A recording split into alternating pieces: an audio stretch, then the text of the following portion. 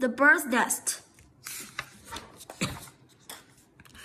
Rima is bored with Saturday cartoons, so she gets up and walks into a kitchen. The counter is covered with baking sheets, a sack of sugar, pistachios.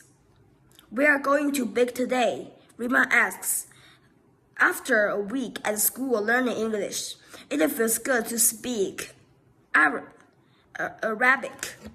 Tomorrow there will be a bake sale. Rima's mother explains.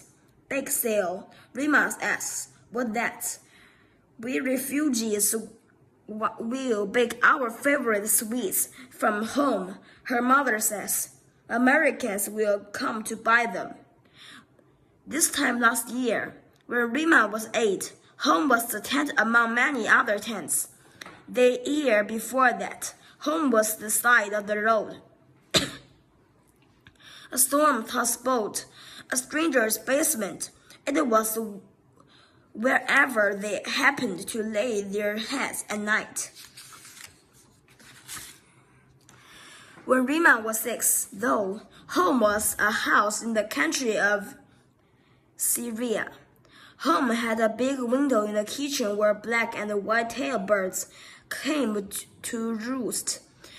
It had a carpet in the living room that smelled of honey and the floor.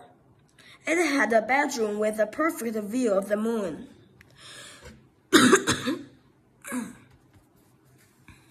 Now, they live in an apartment in America, and her mother speaks in a hushed voice whenever she mentions Syria. War came to Syria long before they left, and it was only gotten worse. They are never going back. There is now nowhere to go back to. Her mother opens the refrigerator and pulls out a box of tofu noodles. Rima grabs some pistachios and begins to chop them. They haven't baked together in forever, and they are making birds the nest, baklava. When they are done,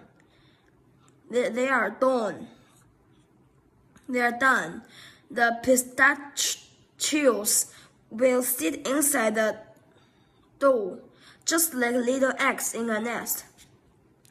Rima begins to hum an old song she loves from home.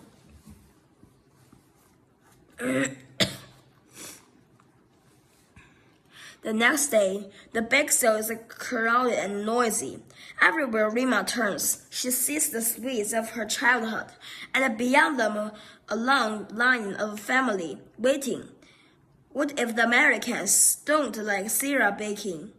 They ooh and ah, though, pointing at the trays. "What are these called?" they ask in English before trying to repeat the food names in Arabic. Rima thinks it's fun to teach someone else a new language for a change. "Delicious," they say, one by one, after biting into a baklava, and Rima blushes with pride.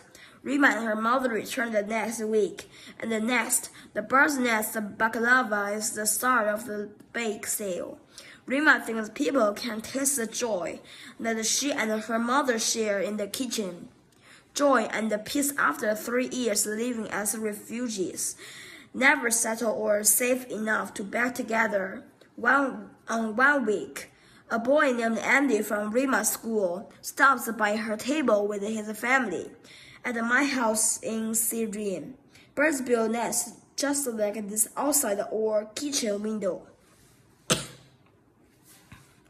Rima tells him. When Annie hands her the $3 bills, Rima says, "Yes, Lamo." "Sorry," she adds, blushing, "Yes, Lamo." Eslo is how we say thank you in Syrian.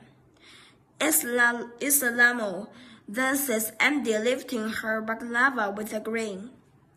Rima and Andy don't talk at school. He played during recess with the other boys, and Rima spent half the day learning English. But every weekend, Andy and his family returned to the bake sale. Each time, Andy asked Rima how to say something new in Arabic. Hello, goodbye, you are welcome. Rima says the words clearly and slowly.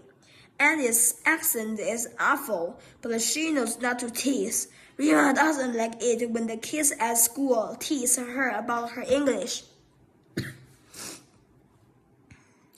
One day, Rima tells about how, when she was little, she would pick pistachios straight from her grandparents' tree.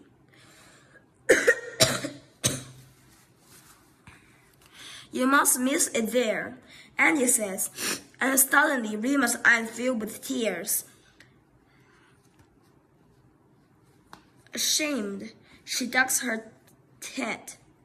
Andy just smiles, though a kind smile, Rima thinks. Afterward, as they pack up, Rima's mother says, Who is that boy who always talks to you? A friend? No, Rima mumbles. Just a boy from school. That week, during the recess, Rima is reading on a bench when Andy taps her on the shoulder. I want to show you something, he says. He points to the walls behind the school and the two walls toward them together. Look, Andy said and points again. Rima gasps. There in one some blackberry brambles. It's a bird's nest. The two of them to look more closely. Inside the nest sit 4 perfect eggs.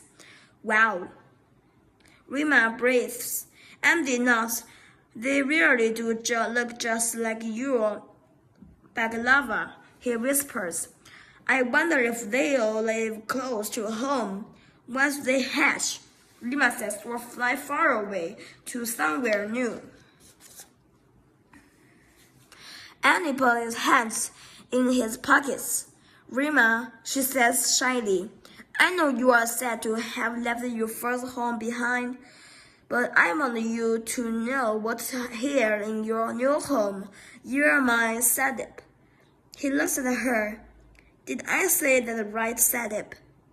Rima grins. Of course. She tells him his Arabic sounds as awful as ever, but she means the words with all her heart.